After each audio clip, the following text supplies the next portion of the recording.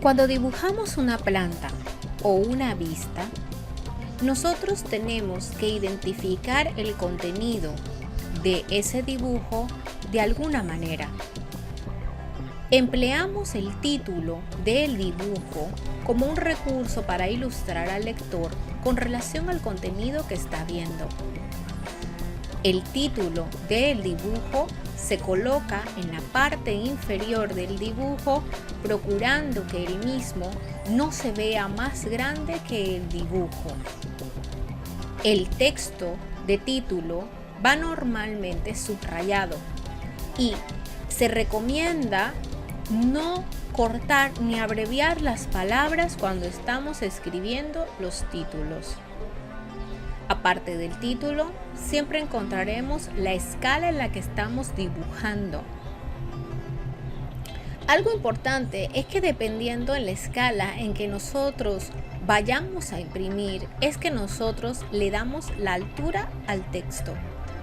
Y esos contenidos posiblemente los vamos a tener que ejercitar antes de que comencemos a hacer el dibujo. Vamos a lo primero. ¿Cómo colocar un texto? Para escribir un texto en AutoCAD utilizamos la herramienta Multiline Text. La misma la podemos encontrar en la pestaña Home como Text, o también la podemos encontrar en la pestaña Annotate como Multiline Text.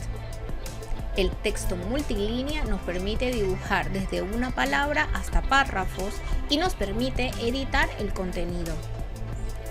Cuando llamamos a la herramienta Multitext, lo podemos hacer ya sea dándole clic al icono o escribiendo mtext más Enter.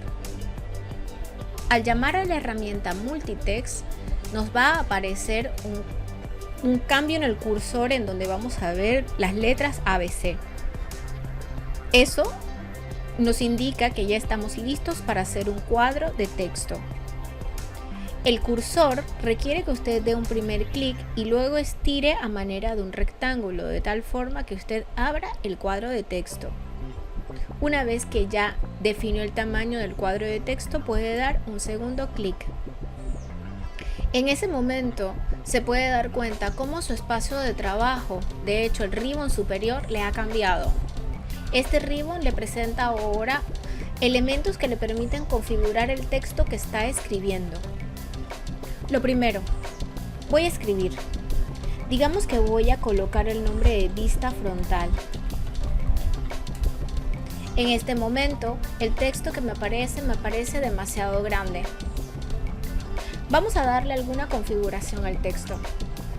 Cuando vemos en la parte superior, en donde están las propiedades de ese texto, vamos a ver un primer recuadro que nos permite acceder al estilo del texto. Ojo, el estilo del texto en un archivo normal normalmente me traería el estilo estándar y me traería el estilo annotative. Eso significa que el archivo de AutoCAD no tiene ningún estilo asociado al texto. En ese caso, en el campo de al lado tenemos el campo Text Height, que me permite colocarle el factor de ampliación o de disminución de ese texto. Aquí el texto no se comporta como Word. Aquí no es tamaño 12, tamaño 11, tamaño 13. No, el valor que se está colocando aquí es un factor. Y cada escala tiene un factor diferente. Para hacer el ejercicio voy a colocar el factor .30. Si se dan cuenta, me da un texto con una altura bastante pasable. Para poder hacer el cambio, yo tuve que haber seleccionado primero el texto dentro del cuadro de texto y luego cambiar el factor. Luego, en el próximo recuadro, tengo las herramientas de formato para ese texto, que me permiten cambiar el tipo de letra, la capa o el color de la capa al que está asociado, y las características como negrita, cursiva, tachado, subrayado, rayado encima o la colocación de símbolos. En este caso, si es un título, yo quiero utilizar la opción underline. En el próximo grupo tenemos la opción que nos permite modificar la forma como se ve el párrafo, es decir, la justificación, el centrado, lateral, izquierda, derecha. En el próximo grupo vamos a encontrar si queremos escribir en columnas, si queremos agregar símbolos, si queremos agregar campos, si queremos corrección de ortografía y edición utilizando diccionarios. También las herramientas encontrar y reemplazar y otras herramientas que me permiten manejar lo que son los cuadros de texto. Al final, la opción Close Text Editor, aceptando el contenido del editor de texto.